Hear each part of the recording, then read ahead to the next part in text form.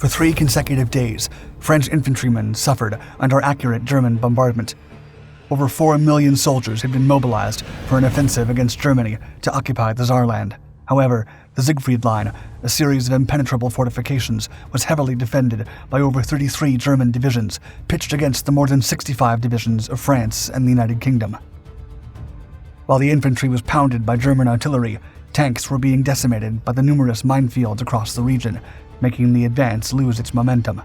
Even when the numbers were on their side, the Anglo-French forces faced an apparently impenetrable wall of German defenses, but the outcome of this first encounter had the potential to change the entire course of the war.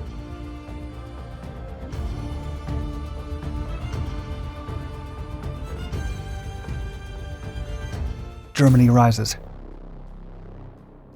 Following World War I, France and the restored state of Poland made a defensive alliance against Germany in case it rose again, even after the consequences of the Treaty of Versailles. Such an alliance was tested in the early 1930s when Adolf Hitler and the National Socialist Party won the elections in Germany. The newly elected Führer of the German people steadily began reclaiming the territories taken from the Prussian Empire during the post-war period. In 1935, Germany reclaimed the territory of the Saar Basin, or Saarland, after a referendum in which most of the population decided on reunification with the fatherland, after more than 10 years of occupation by the League of Nations forces. In early 1938, the Anschluss took place with the annexation of Austria to Greater Germany. During the same year, the Führer reclaimed the Sudetenland, which comprised portions of northern and western Bohemia and northern Moravia in modern-day Czechia. The territories were inhabited by over 3 million ethnic Germans who once were part of the Prussian Empire before they were incorporated into the state of Czechoslovakia in 1919. The disputed territories were transferred to the Third Reich following the Munich Conference. Hitler turned his attention towards Poland to reclaim the Polish corridor. France and the United Kingdom had agreed to not let Hitler reclaim more territory to stop Germany's expansion, and secretly vowed to support the Polish government in the case of German aggression. France at arms. Reinvigorated by the alleged support of the two Western countries, Poland refused Hitler's offers of giving up the narrow strip of land that ran between Pomerania and East Prussia and separated the latter from the German Reich. Tensions were high, and France began readying its armies in early 1939, its entire armed forces ready to invade the Saarland. French High Commander Gamelin recalled reservists on August 21st.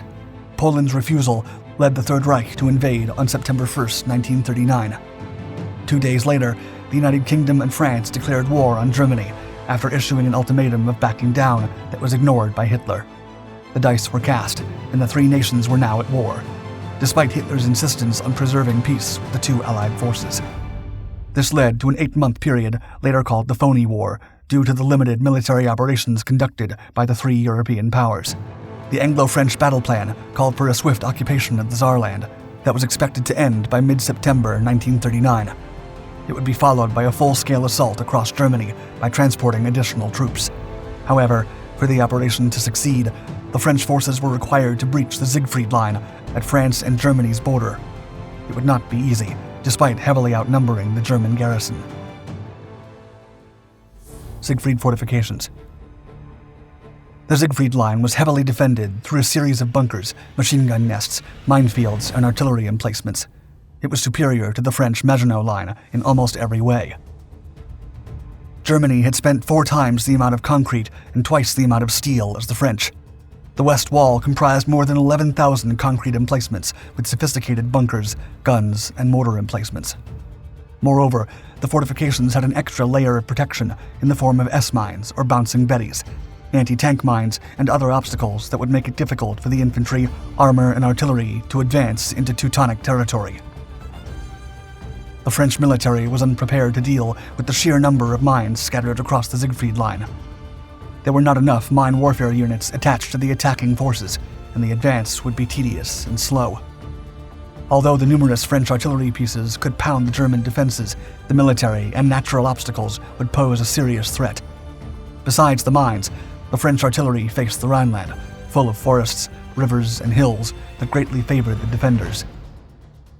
Another grave mistake the Anglo-French forces would make was the assumption that the bulk of the Wehrmacht was focused on the invasion of Poland. They believed they could overwhelm the defenders with numerical superiority. Though true to some extent, the Siegfried Line was defended by the Heer's First Army under Field Marshal von Witzleben, and they were eager to clash with the invaders. Experienced defenders. The First Army, commanded by von Witzleben, comprised 33 divisions. Even though the Field Marshal did not have any tank divisions at his disposal, he did not need them, as the fortifications and defensive nature of the mission did not require them. Over 12 divisions belonged to the first wave of German troops trained in the early 1930s. The rest were also professional soldiers, albeit less proficiently trained than the volunteers and conscripts of the Reich's first years. The troops were expected to fight well in static defensive positions, despite lacking the numbers to match the French. While most of the Luftwaffe was focused on the air campaign over Poland, it still retained air superiority against the French Air Force.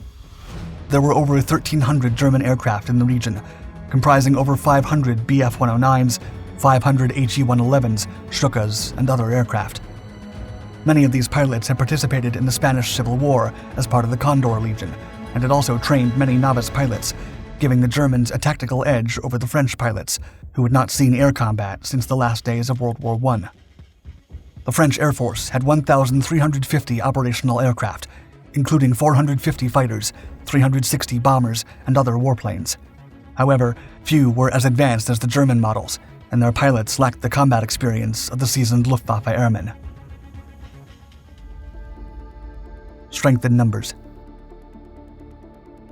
France could mobilize up to 4 million men for the attack, with additional support from British expeditionary forces. The problem was logistics and transport to deliver the troops in time for the Saar offensive.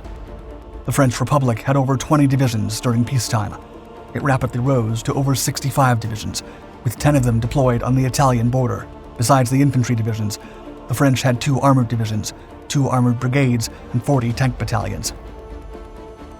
In addition to the almost 1,450 aircraft the French had at their disposal, the Army's 4 million-strong forces would be substantially increased by adding colonial divisions from French possessions overseas. Moreover, the British would send 4 infantry divisions and several striking groups from the Royal Air Force to bomb the German defenses. More troops from the UK joined the offensive as it progressed. When this formidable force was put together, it outnumbered, outmanned, and outgunned the German defenders of the Siegfried Line. Anglo-French forces had the advantage, but this began to change as the Wehrmacht's offensive in Poland swiftly advanced. It was only a matter of time before more German divisions were sent to the Western Front to reinforce it. Storming the Saar. 4 days after France declared war on Germany, Commander Gamelin dispatched the French army to the Saar. It was September 7th when 11 divisions marched across a 32-kilometer front to attack the German defenders. 2 days later, 4 additional divisions joined the fray. The French army advanced 8 kilometers and captured over 12 towns without resistance. The towns of Saarland were evacuated, and there was no food or shelter where the French troops could take refuge from 3 days of continuous German bombardment. Gamelin's vacillations to attack in time came with a heavy price. The Germans were well prepared and fended off the French attacks. Churchill ordered RAF airstrikes, but Gamelin requested them to be limited to not provoke retaliations by the Luftwaffe. Still, the RAF bombed several towns of no strategic importance. French casualties increased rapidly once their advance was stopped by the minefields.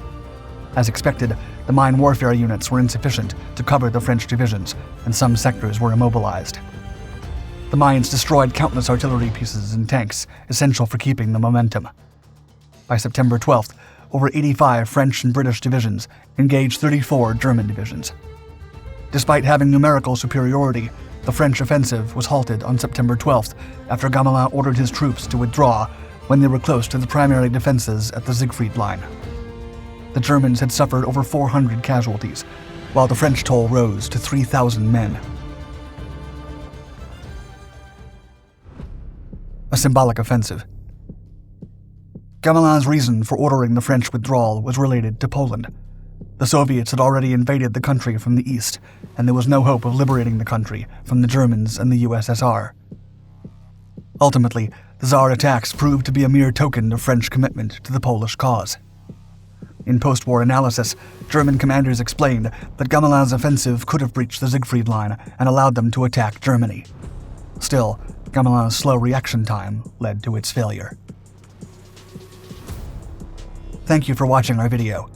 For more exciting historical content, leave a like and subscribe to our Dark Documentaries channels.